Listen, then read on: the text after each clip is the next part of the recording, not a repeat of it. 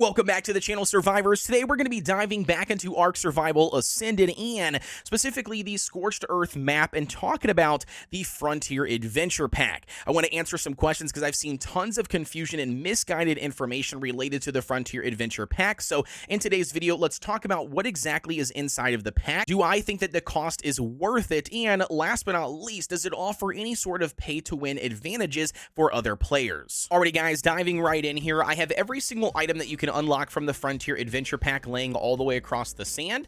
So let's go over each individual item and talk about what exactly they do and, what are the mechanics of each one. So the very first one, we have the barrel storage. As you can see here, it does have the ability to seal this barrel.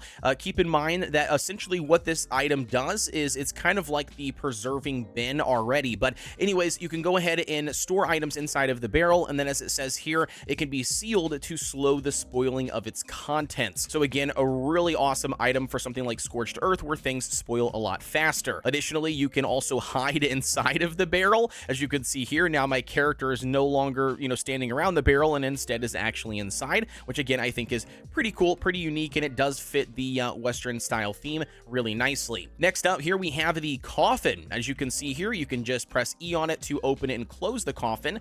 But additionally, there are a couple of options. One, you can see it does say we can fast travel from here.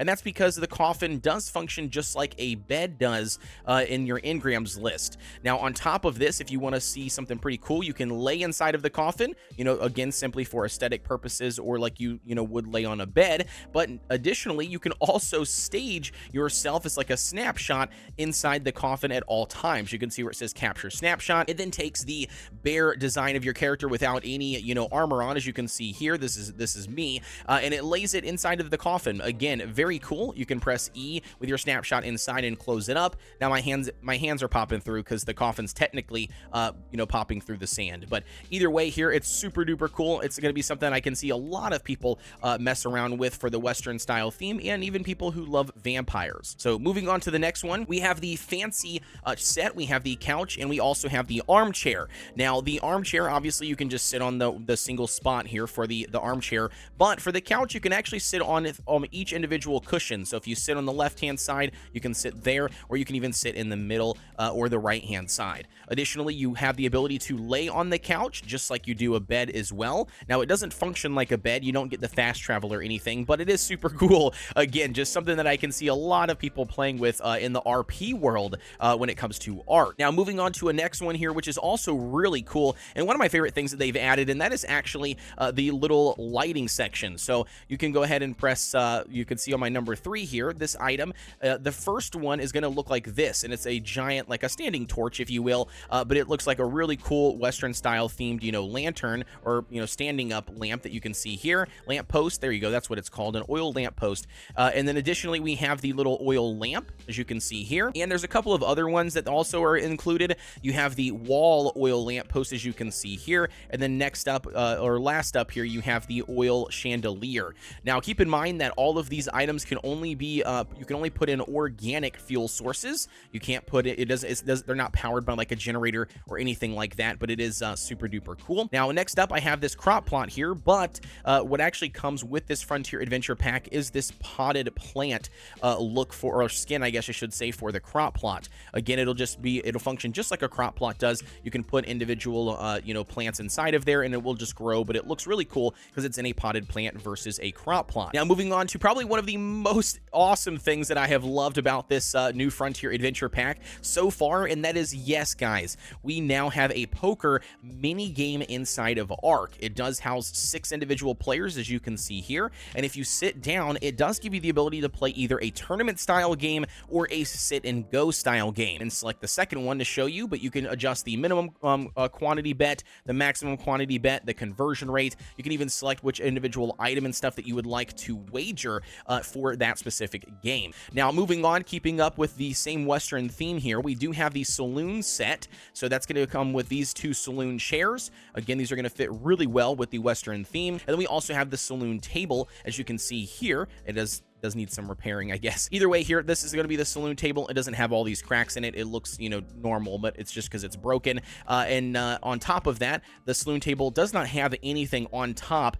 These items are actually additional. You can see I've got some glass bottles here and glass bottles there, but if we take a look at the glass bottle thing, it says one of the many decorative bottles, and it can also be used for target practice. And so what's really cool about these bottles is you can actually destroy them. They bust like that, and they also do basically respawn. So you can see I shot the first one. If we give it a couple of seconds here, it would actually respawn, and it will actually change the skin out of the 4 different options that I had displayed up here. This one was the blue one. We've got the clear crystal one, the little brown tan one, and then we also have the green bottle. You can see now it changed over to match the crystal one to the right of it, but it does seem to be random when you shoot them what color they turn next. Now moving on to another really cool feature they've added, and that is the treasure chest. So inside of the treasure chest, obviously you can put items. You can put 1 item up to 15 items, and additionally with this, if you have the brand new shovel, as you can see here, you have the ability to actually bury this treasure. So I'm going to go ahead and click once on the treasure, and you will see it packs down the dirt right here where the treasure is now buried. So again, super duper cool. The item, okay, so it only shows up when you have the item. So you can see from a distance, you can't see the treasure chest. As you get closer to it, you don't even know a treasure chest exists here, besides you can see it down at the bottom of the screen when you look at it. But if we go ahead and click 5 and you pull out a shovel, you will then be able to see where that item is specifically buried. So if we go ahead and click on it again, you will see he pops up the treasure chest, and boom, there you go. All of your items stay inside. It's just a cool little way that you guys can interact with some loot and everything and hide it in the sand. Now, I'm not exactly sure how this will function on a PvP server and with other players. If they pull out a shovel, can they see the mounds? Can they not see the mounds? Obviously, that is to be tested. But as of right now, that's going to be how it specifically functions. And now, speaking of the shovel, that also comes with the Frontier Adventure Pack. We can see here it says a versatile metal tool useful for improving crop plots, burying and unburying treasure, and finding underground water in an emergency. So if we go ahead and pull it out, I'll show you something cool. It doesn't matter where you dig, but it does have a random chance of giving you water from the ground directly. So if I go ahead and click this here, check that out. We have a water spout inside the ground that we can go ahead and drink from. Again, really super duper cool mechanic. Now keep in mind, you can't do this everywhere. You can see at the top where it says water is depleted in this area. You can only do it, you know, every so far away. I don't know how far away you have to be. But anyways, it's a really cool way to get water in a pinch, and it does also help irrigate, you know, other things, or not irrigate, but also help things like with your crop plots. And then on top of that, it does allow you the ability to bury an unburied treasure. Next up here, we have a big, giant, and I mean giant water reservoir, as you guys can see here. Now, the water reservoir, it does hold a ton. I mean, 100,000 water is what's currently available for this thing. Additionally, for the water reservoir, if we read what it says a huge structure for storing water. It can store from rainwater or manually deposited water, and it will also distribute it to nearby structures, and then it can connect to water tanks to form a network. So essentially, it is your water irrigation ability for Scorched Earth.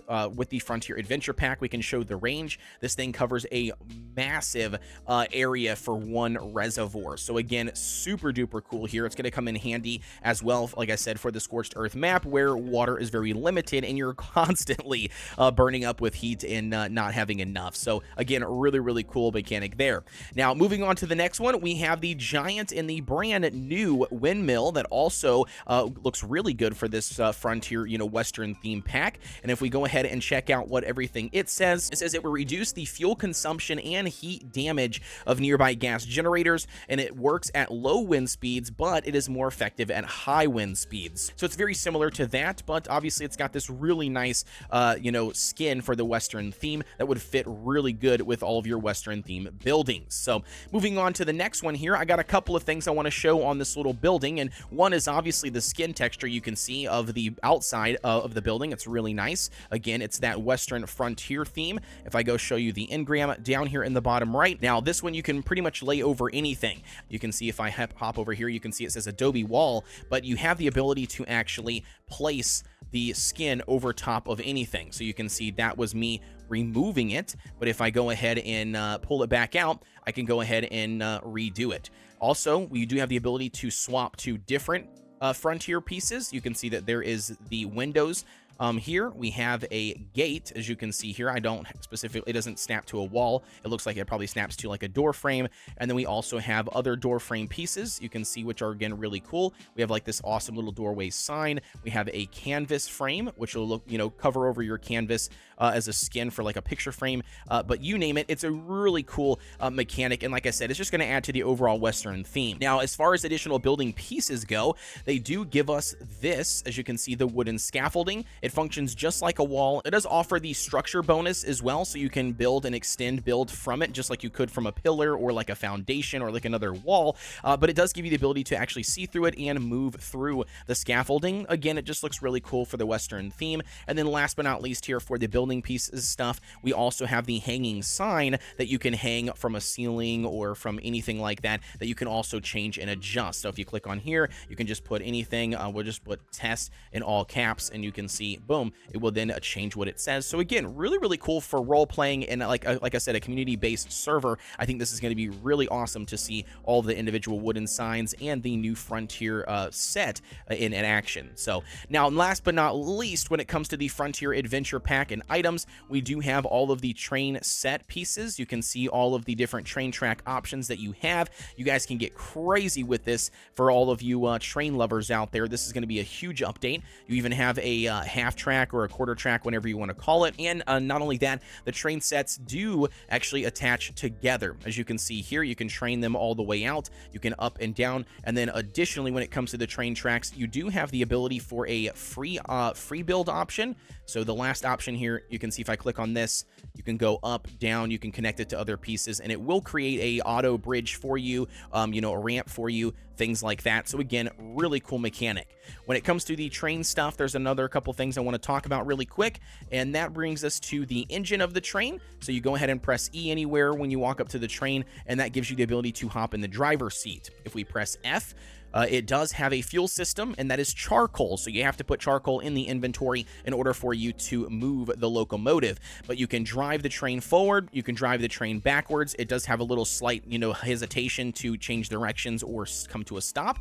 So just keep that in mind. But additionally, you can also attach train cars. You can attach a total of 5 train cars, and you can instantly travel from the engine to those train cars, at least the middle of the train car. As you can see here, I have 1 train car attached. And on top of that, the train car does function as its own foundation. You cannot place foundations directly on the train car, but you can attach walls directly to it. So if I just go ahead and show you here, you can go ahead and attach walls on top of it. And additionally, it's worth mentioning here, as you can see, you can also do a second story on top of the train. Now, I'm not going to go too in depth with what you can and can't build on the train in this video. I'm going to be doing a full guide for the train system inside of the game, but for now, that is going to be something else that comes inside of the Adventure Pack. Now, in addition to all of the items that come in the Frontier Adventure Pack, let's talk about the new skins that you can overlay on top of your armor. So the very first one that we have, I believe this one is the Outlaw set. There we go. This is going to be the default skin colors. You can actually change this with dyes inside of the game,